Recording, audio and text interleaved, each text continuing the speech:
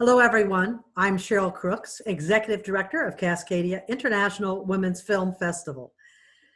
I'd like to welcome you here today for a very special conversation with the directors of our feature film, Queen of Hearts. But before I do that, I'd like to thank all of the sponsors for this year's festival, including KCTS and Crosscut Magazine, which are our media sponsors this year, the City of Bellingham, Whatcom County, and the Mary Redmond Foundation. Without all of our sponsors, this would not be possible today. So thank you very much for supporting Cascadia. Today's interview is going to be with the directors of the documentary film Queen of Hearts, directors Deborah Shaffer and Rachel Reichman. We're going to have Barbra Matilsky, who is the former curator of the Whatcom Museum of Art in Bellingham and also a former curator of the Queen's Museum of Art in New York. Barbra actually worked with many of the people who are in the film, and she also curated a show that included works by the artist Audrey Flack, who is portrayed in the film. It's going to be a wonderful conversation. I hope you enjoy it, and thank you again for supporting Cascadia. Thank you, Cheryl, for organizing this film festival against all odds. And thank you, Rachel and Deborah, for making this film because it's so incredibly inspiring. And you don't have to know anything about art, history, or anything to appreciate it because it shows one woman's struggle who is able to overcome all obstacles and really follow her dream. And so, for me personally, I visited her in her studio in 1987 when I was working on an exhibition on classical myth and imagery and contemporary art at the Queen's Museum of Art. And so I really learned so much about it, and I wish I knew more about her when I was actually curating my first exhibition, but I was a newbie to the art scene, and I was so awed by her. And it's just great to see her alive, and she's 88 years old. It's just wonderful. And I was wondering, how did you learn about Audrey's work and decide to make this film? Well, it's kind of a funny and a little bit of an ironic story because I had made a previous film with one of our producing partners on the film called To Be Heard, and Amy Sultan, and she came to me one day and said, Deborah, I've met this amazing woman and we have to make a film about her. And we met with Audrey very soon after that in a coffee shop, and I knew very little about her work at the time. I really was not familiar with it, but the only way to really say it is that I fell in love with Audrey. In this coffee shop on the Upper West Side of Manhattan, she told me her life story in kind of a nutshell, and she was so dynamic and such an expressive speaker. And I was really interested personally in the problems of artists as they age. I mean, I'm behind Audrey, but I'm getting there. And it's there are less and less. As you go on in the film industry, there are fewer and fewer older people. My cohort has gotten smaller and smaller. It's not a profession that's particularly friendly, I think, to older filmmakers, so or to older women. And so I was really interested in the creative process and her as a person. And this is kind of where Rachel comes in because, I mean, I did get to know her art very quickly, but I also had worked with Rachel previously as an editor and invited her to work on the film with me. And I should just turn it over to Rachel to give her side of this part of the story. So delightfully, Deborah and I had gotten along great on other projects we'd worked on. We'd really clicked and we knew we respected each other and we had enough in common that we could get deeply into work because on so many levels we agreed. And that's not always the case. So we had a lot of trust, and but we hadn't worked on a ton of projects. And Deb called me, and this project was still, even though they had been shooting, they weren't sure exactly how long it was going to be, where they were going to show it, what they were going to do with it, exactly what the shape was going to be. It was rare because usually work is, anyway, I've worked on a lot of TV stuff where they have a script and everything before I ever enter the picture. So I didn't quite know what to make of it, but I like Deb. And the one thing that was kind of interesting was I didn't really think about it much until I got in to help them on a trailer. And I realized I had loved Audrey's work when I was a kid. You know, when I was about 15, I had been a big fan of her painting for a very short while. And I think photorealist work is very appealing to teenagers. It's recognizable, but it's also very heightened. There's something about that that I think just spoke to me and to my peers that I was hanging out with at that time. And as I mentioned to Deb, you know, for 5 minutes, I thought, well, I'm going to be a painter. And so for that 5 minutes, you know, that 3 months, I loved Audrey's work, and I made, I think, a total of 2 photorealist paintings that were about, you know, yay big, the size of what you would get from the drugstore prints. And then I moved on, was interested in other things, got into film. It was a real bonus, an unexpected bonus to me and to the project that, because Rachel not only knew Audrey's work, she was much more immersed in art history in a way than I was. I didn't set out, as I said, to make an art film. I set out to make a portrait of an artist, but that's different than an art film. And one of the things that Rachel really brought to the project was a kind of broad knowledge of, you know, other painters, and which is why I think one of the levels on which, for us, I think the film really has succeeded is that, you know, it's, I think, Barbara, you pointed this out too. It's not just Audrey's story. It touches on the story of many of contemporary art in the second half of the 20th century, especially women artists in the second half of the 20th century. You know, it covers a lot more ground than I think some biography films do. It's not, I don't consider it just a biography. Yes. And, you know, that's what struck me, was that it was very well crafted and richly layered. And you did balance very admirably Audrey's life, her creative ideas and techniques, but also the art history and the political history.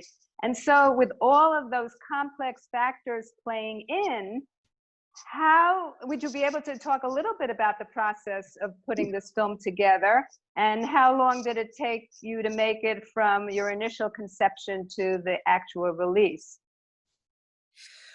Well, we could talk probably all night about that, but the first, it was about 4 years from the first shoot, a little less than 4 years from when we did our very first shoot, which was early in 2016. And I should also just point out, I sort of thought I was going to make this nice portrait of this great, interesting woman at a time when I actually thought we were about to have our first woman president. It was early in 2016. And a lot of things changed. It's hard to remember back, you know, to that 4 years ago, but so much changed in our world. I think it changed the funding picture for films like this a lot. It made it much harder.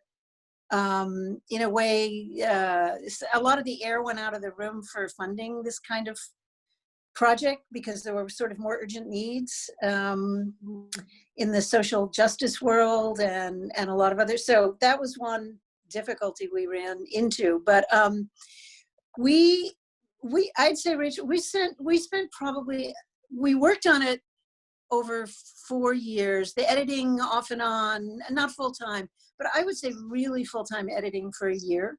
Yeah. I think that would be accurate. And the archival research is also, as you can see, is extensive. And Rachel and I both did a lot of that. We brought different things to it, but I'm the kind of, you know, I love archival research, and I don't want to leave any stone unturned, and I want to find everything that's out there. And Rachel turned up that wonderful black and white interview of Audrey from the 70s. And I knew about, I sort of knew about the film called Refrigerator Mothers, and I didn't realize that actually Audrey is in that film, although we didn't use any of that material in our film. But anyway, about a year. And the structure, the more interesting part of the conversation probably is really what it took to nail the structure, which, as you pointed out, it is multi-layered and it is complex, and there are a lot of threads, and we struggled. It was not easy.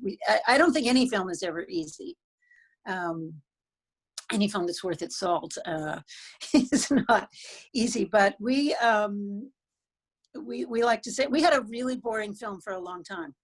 I think it's incredibly well integrated. It was so seamless in so many ways, and especially I love that one clip where you had Jackson Pollock painting a close-up, and then Audrey's painting superimposed, and it fades in, and she's talking about how her work relates to abstract expressionism, the all over patterning. Maybe Rachel, that was maybe when you were able to kind of, you know, insert some of your art history and select that particular work, or how did you bring your art history to the film?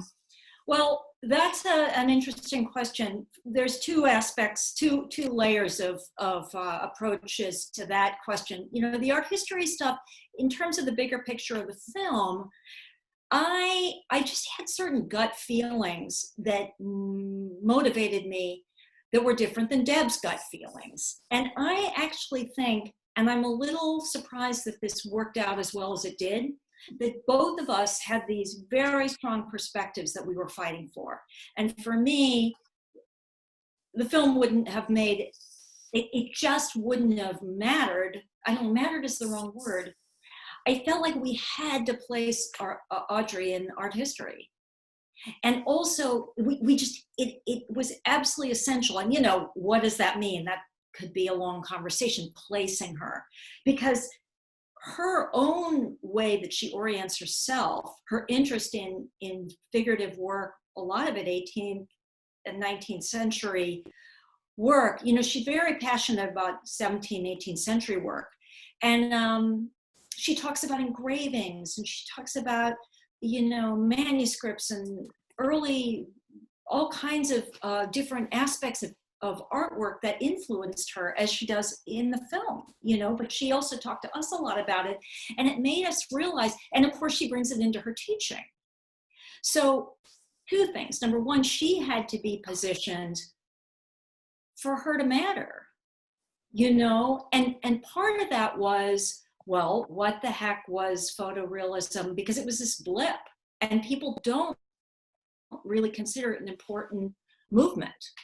But the funny thing is there's a lot of work that people care very much about that's very relevant to photorealism that we didn't even go near.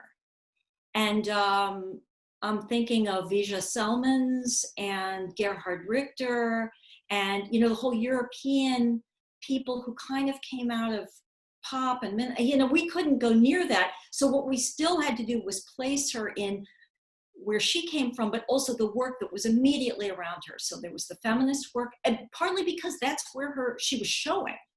So we had to literally place her in the museum shows and the cultural surroundings that she was participating in.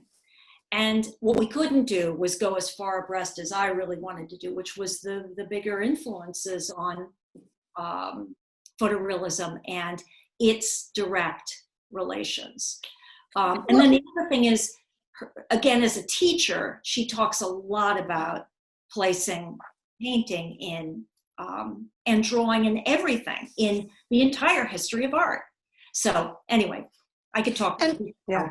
Go ahead. And I think for both of us, you know, I've always said this, it's for many years as a documentary filmmaker, but because people used to say to me, especially in the early years when documentaries were not considered interesting. They are now, but they weren't considered interesting, you know, 40 years ago. And when I started making documentaries, I'd tell people I made documentary films, and they would say, oh, you know, it's very different now. People say, oh, you make documentaries. But I have, you know, they have the same goal as fiction films. I mean, they have to engage you. They have to move you. They have to tell a story. You have to care about the people you're watching, or what's the point? You know, you just,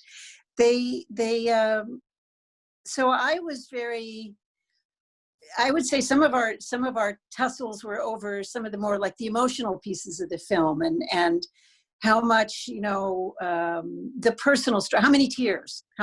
We had many discussions about how many times could Audrey cry on camera, And we actually discussed that.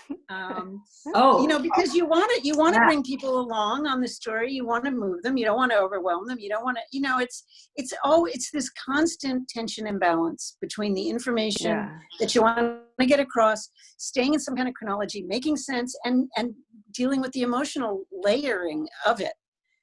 So Yeah. there's no way to describe it I mean, you can only get there by going through it. You know, at the very end, you get to the solution and you say, oh my God, that was so easy. Why didn't we think of that, you know, a year ago? But you can't. You can't, like any artistic, you can't get there without doing the hard work. well, and a big part of the hard work, if I can just jump in, because this fits in the weaving of the personal to the art story, which you're probably going to ask anyway. But what I was going to say is we screened not a crazy amount of times, but we had small screenings in the last 6 months over and over and over again.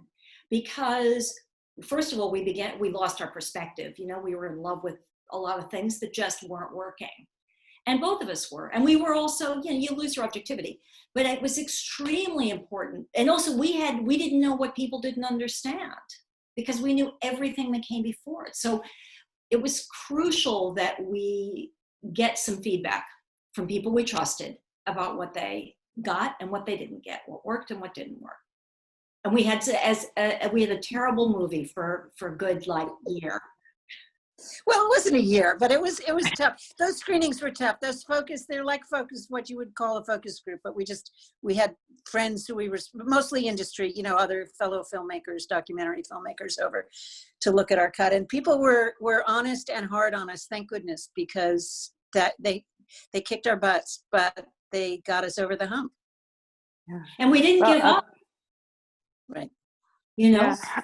I'll tell you, there's a lot of empathy in this film, and a lot of it comes from Audrey, obviously, but from you as the directors, because you really feel you're able to communicate this strong, you know, emotional feeling.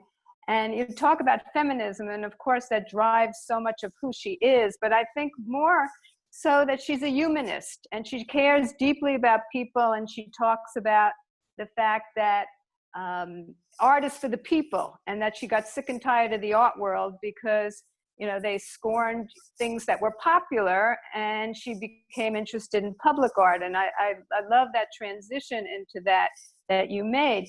But one thing that also struck me was that in terms of the feminism is that she was quoted, as she said, "I am not a feminist artist, I am a feminist who is an artist."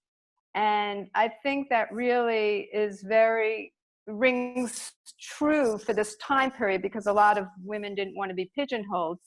But given the history and given what's happening now, and that whole series about, or the sequence about Joseph Albers and the sexual assault that she had to endure when she was at Yale, there's a lot that's changed and a lot that has remained the same with regards to all women, and particularly women artists. I was wondering if you had a discussion with her about the past, the present, and where we are today. Well, it's Rachel and I were just talking about this the other day, and you know, I'm for sure Audrey would. We didn't flat out, you know, say, Audrey, are you a feminist? It's evident in everything she does and everything she says and every expression of herself. But I think what she would say she meant by feminism is that, you know, she believes that women have every equal right as human beings as anybody else. And, you know, so many, especially young women, I think today, are afraid of the label feminist. But then you ask them, you say, well, do you think women should get paid the same thing as men for doing the same job? Do you think women should be allowed to hold this political office? Do you think women should be allowed to do this? You know, and people will say yes. Of course they'll say yes. They're not going to disagree with the principles of the thing. And it's baked into Audrey. It almost doesn't, I don't think has to be said. So we didn't talk about it. I don't think we, you know, directly addressed it in terms of, as I said, the contemporary world, but it's just part of everything every time she ever talks about herself and her work and her past and her history and her students. She's a fabulous, it turns out, I never knew this, I have an old friend who turns out had been a student of Audrey's, and she had been disconnected from her and reconnected with her because when she found out I was making a film about her, and the people who have been students of Audrey's just adore her. I mean, her influence on people and her mentorship, and you see in the film, I mean, one of my favorite scenes is that life drawing class in the film where she's talking about the body and the ribs and the poses and that scene could have gone on. I mean, it was just pure gold. It could have been an hour long, except it would have been too boring for the audience to watch it. But it was such a great thing. It's just fabulous to hear her teach. And then in that same Jackson Pollock, the scene where the paintings get layered, where Audrey's just done a lecture about Jackson Pollock in his studio and what abstract expressionism, how she describes his trajectory as an abstract expressionist. I think she's a brilliant teacher. Yeah. So one other thing that I noticed about the film is how deeply it probes and how poignantly it probes into her life, and very respectfully, but with a real sense of her challenges, but the beauty of it as well. And I was wondering, is there anything that you did not present here that you would have liked to have covered or included in the film? There are lots of nuggets that we had to leave out. There were stories from her there were some wonderful childhood stories. Like, I don't know if her father was a polar bear swimmer. Those people who go swimming and they dash into the ocean, I think on the first of the year, usually from Coney Island. And she told us that. She told us a great story about trying to get drawing lessons when she was a kid, and her mother wouldn't give her a quarter to get a drawing lesson. And there were so many little stories. There were a few. It took a while for her to trust us enough. For instance, with the Melissa story, we filmed that quite late in the process because Audrey was nervous about it. She was scared, I think, to have us film it. And there were certain aspects of her, we were very respectful. We didn't want to push her into territory that she wasn't comfortable talking about. It's like the art history personal balance. It's another kind of a balance, is how far do you go? She must have trusted you quite a bit, because at the very end, when you did visit Melissa in the home, it was just very moving, and that was very personal, and she letting the whole world see that interaction. So, I mean, you must have had an incredible relationship with her for her to agree to do that. It was a very moving scene to film, and I told somebody the story the other day too, that actually went on. That was one of the scenes that people made us, our test audiences made us. We had to keep cutting it down because it was overwhelming. It was too much when it was longer. We had a lot of material interacting with Melissa, and it made people. It was just we had to pare it down by the end. But what's funny about the trust, I want to tell a funny story about the trust issue, because we wouldn't let Audrey see the film while we were editing. It's just sort of a no-no in my world. You don't, as a filmmaker, I come from old school, independent filmmaker, I'm not a journalist, but there's those ethics still inform what I do. So the subject can't have anything to do with the film. They cannot, we're asked them for everything, but they have no control over it. They can't. So she kept wanting to see it. And she's Audrey can be very, very insistent. So she got very frustrated. And I promised her I would show it before it was done. We did finally show it to her 1 week before we locked picture. But her tactic became, she started saying, well, what's wrong with it if you won't show it to me? Something must be wrong with the film if I can't see it. It was very funny. It wasn't funny at the time to any of us. It's funny now. Well, and then she got my phone number. And she would, when Deb wouldn't give in, Audrey was like, I had made a, and with all films, I really try to stay away from the subject because, first of all, I don't want to be influenced. I don't want to know, I want to see them, to try to be able to have some objectivity about how I'm working, developing their representation. And if I know them, that's going to have a big impact on me. So there were all kinds of reasons I didn't. And anyway, she'd call me up and say, I really think you guys need to put this scene in the movie. Is it in? And I was like, Audrey, it's going to be so good. You're going to be so happy, but you got to trust us, Oh, the pasta's over, Tell them about the band. That was the big one. Yes, yeah. Audrey has a band. She's a fantastic band called Audrey Flack and the History of Art Band. And it's great. And they've done tons of live performances. It's really nutty. The subject of the songs is all artists. We couldn't make it work. It just, and as you know, the film ends up with her and her daughter Hannah playing together, which is this really intimate thing. And it also brings the story of Hannah full circle, which, the weaving of the family story, that made sense, even though some people are like, and she plays the banjo. This woman is really a Renaissance woman. This is crazy. But for us, it worked. But we just could not find a way to get the band in. So what did she feel? What did she think after she actually viewed it? And what was her reaction? She was very moved by it. And she was in tears the first time she saw it. And that was a private screening with very few friends of hers and a few friends of ours, about 12 people, a week before we locked picture. And then the next time she saw it was at our premiere at a film festival in upstate New York, where I live part-time at Film Columbia.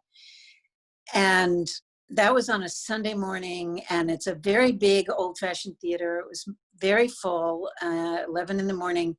And as I walked down the aisle at the end of the film, and people started to give a standing ovation, and Audrey was sitting in her seat near the front of the theater, just weeping. I mean, it was very gratifying. I think she loves the film. She loves us. Often we've appeared with it together at, when we get back on the road again. I have to just give a little shout out. Audrey's going to be 89 this month. She's still painting. She's finished that blank canvas that's at the end of the film. She runs her hand over a blank canvas. That's a painting. Wow. And she's doing more work now. She's working in her studio every day. And she's still jiving to the music. That was pretty incredible at the end. Yeah, it was a great ending, by the way. And I have to say, the symbolism of that empty canvas that she is almost embracing works perfectly with the beginning of the film, where she was just starting a painting that was 36 years old and neglected. And, there's so much symbolism in her paintings and her sculpture, but your film also iconographically uses symbolism in a way that sheds light on her work. And that's another whole discussion, but I did find different areas where I was thinking, this film is about art, but it's an artful film. And I just want to congratulate you because it's just spectacular. And so I also want to find out how the audience and critics that you have encountered so far have responded to the film. It's one of the oddest things. We've gotten no negative feedback. I mean, I'm sort of floored by it, actually. I mean, we haven't, because of now the pandemic and the shutdown, we don't have a ton of reviews. We were able to play in a few festivals, and the reviews we got out of those festivals and the audience response has been so heartwarming. People have loved the film. Hardly anybody has ever walked out before the end of a Q&A, which normally, half the audience gets up and leaves. It's just, I feel like people have really, really embraced the film and us and Audrey. And, I hope now we're finding a new way to get it out we have to really find a new way to get it out to everybody.